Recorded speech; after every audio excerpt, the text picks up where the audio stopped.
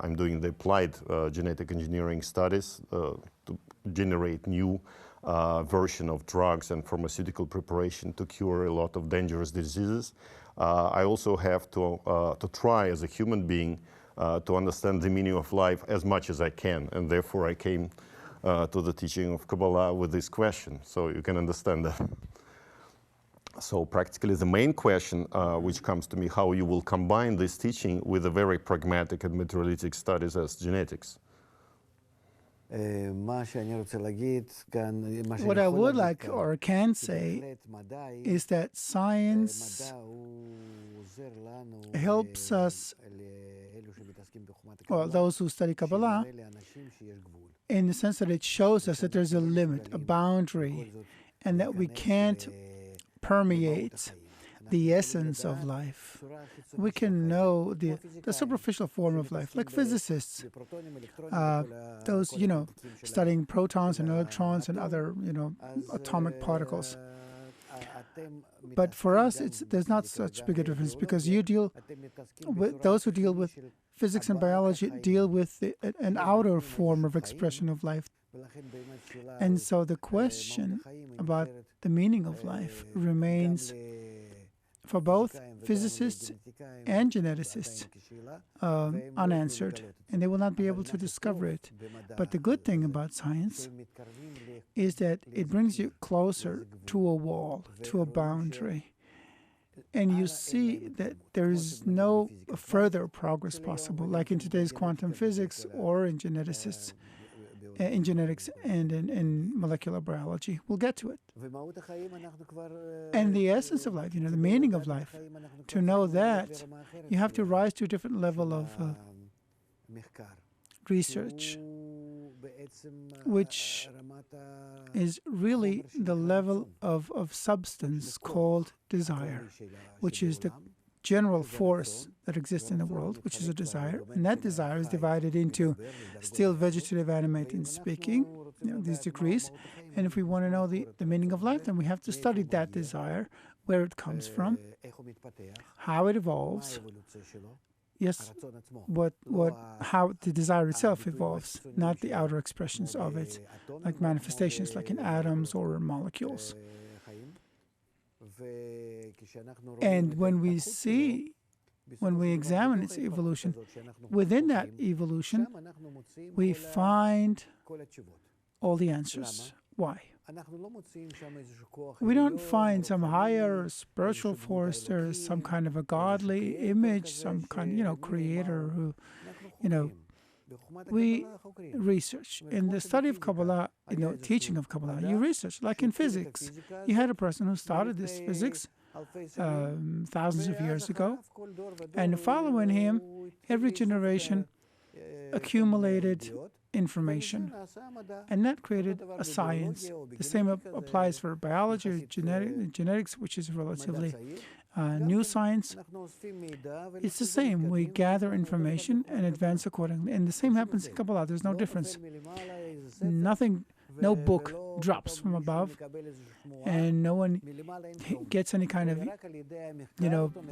revelation in his ear. Nothing happens from above. It's the research in the same way as done in contemporary ordinary science.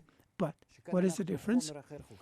We're studying a different substance, not the atoms or molecules, like in quantum physics or genetics, but we study desires. And then we have a problem. How do you research a desire? And here comes the wisdom of Kabbalah. And first of all, it builds within us, in each of us, those who want to be scientists. First, you have to develop within you a special instrument to reach that substance called desire. It's not psychology. You need to penetrate the desire and see how it changes, and what are those changes in it as it evolves from the beginning of its creation to the end of its creation. And that's how, in this research, we come to a force which is called Creator. It's all within that desire. Let's say you were studying your living material, organism, yes. And in between those acids and molecules and whatnot, deeper and deeper in, you'd research until you found the initial primordial force, which is, first of all, common to everything because it's the basis of all materials. It controls everything because it sustains creation, the whole of it. And from that force, emerges everything. The Mendeleev, the table the Mendeleev table and all the biological and chemical forms, and it takes them through all the forms of evolution from the very beginning, where you see that force existed first, and from it material began to evolve. Yes, a desire, and the desire evolves into all kinds of forms, and you see, the more you delve into it, you see the end of its development, and everything emerges from that science, which is called Kabbalah. Genetical material, it's a very stable thing. It's passed through generation, and we're practically having the verses, the code, the book of how we are built and the whole life is built, all the forms, written, millions of years ago. And with all the progress or evolution, as we call it, it's still the same. So it was given, it was written, it was a kind of assembled, and it's a very complex one. We're just at the very beginning of unraveling actually what it is, how it's written. So with all that, I'm asking the question why only human beings are given with this gift of reaching the level of spirituality. Is it in the genetical code? Is it given to us, or it's imprinted later on when we're already born? Or we are still the animals? I will probably... How are we different from animals? That's exactly, we are not. Genetically, we are not. So spirituality is imprinted on us later on. Exactly. The more you delve into genetics, you won't find any human being there, but an animal. But why only human beings? Not the human in us. The human in us is not the beast. It's not the animal. Absolutely. That's why genetics isn't studying it. Amazingly, through all these thousands, millions of years as a species, so we probably exist, at least with a new concept, several millions of years, probably even tens of millions of years, we didn't change. As human beings, we're the same. But spiritually, we are growing, and otherwise, why we will be here, right? Exactly. You see, and with this evolvement, is it in our genetical code? Is it somehow remains? Once you pass through from egoism to altruism and probably reaching the high levels of spirituality, is it somehow getting back on our genetical code imprinted? Can we pass it on? That is an interesting thing I don't understand yet. You see the point? Well, that's an interesting question, but the answer is simple to it, really. We're animals. We don't change.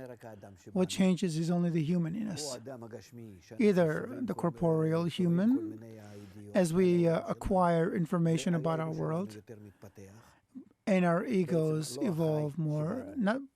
It's our egos that evolve, not the animal in us. Well, the animal does evolve to an extent, but the main thing that evolves is the human in us, but in a bad way. From generation to generation, our egos are growing. But the question is, in one of the moments of our evolution, something happens to us. Even though we remain animals, and even though we remain people in this world, all of a sudden a desire appears in us, some kind of piece of information, which I call, it's like a spiritual gene or genetic element, like a spiritual code maybe, which begins our spiritual life, our new life. And so beyond having our current life, the one that you're studying, a new form of life, it begins within us, a spiritual one, on a different dimension, above this animate and the vegetative animate. That's an interesting theory, because, with this spiritual gene, it means, and that's what actually I've heard this before, at least the term, and the point is that still this spiritual development, is it only individual can do that? once they reach a certain age and, let's say, not curiosity, but understanding that it's that important. But it's not passed through generation to generation. We teach individual to ask this question, actually. You know, it's not passed through the genes, even though you think that we have some spiritual gene in us. Otherwise, why we would be coming to that more and more? So the people somehow getting this bug sitting in us, provoking us to reach this level and to try to answer the question. Otherwise, we would be animals, as all the other animals on this planet. Well, yes, for now, we're animals. As long as a person doesn't have the question about the meaning of life, which emerges as a result of the spiritual gene, it's not a result of just being, of just suffering in life and you want to succeed more. But if you're asking about a different form, a different level of life, that's the new gene speaking in you. But if you don't have it, you're still an animal, not a person. So it's individual work after all. So we have to work, all of us. Well, yeah, but in the end, all of us come to that level of development where we begin to ask this question, what life is for, what's the secret of life, when we ask about a different level of development, the spiritual level, and it has nothing to do with our current development in our corporeal level. So genetics will remain and will not change, and it'll study more, just like quantum physics. They will all, in the end, see that there is something beyond matter, but what? They will not be able to discover. Because for that, you need new instruments.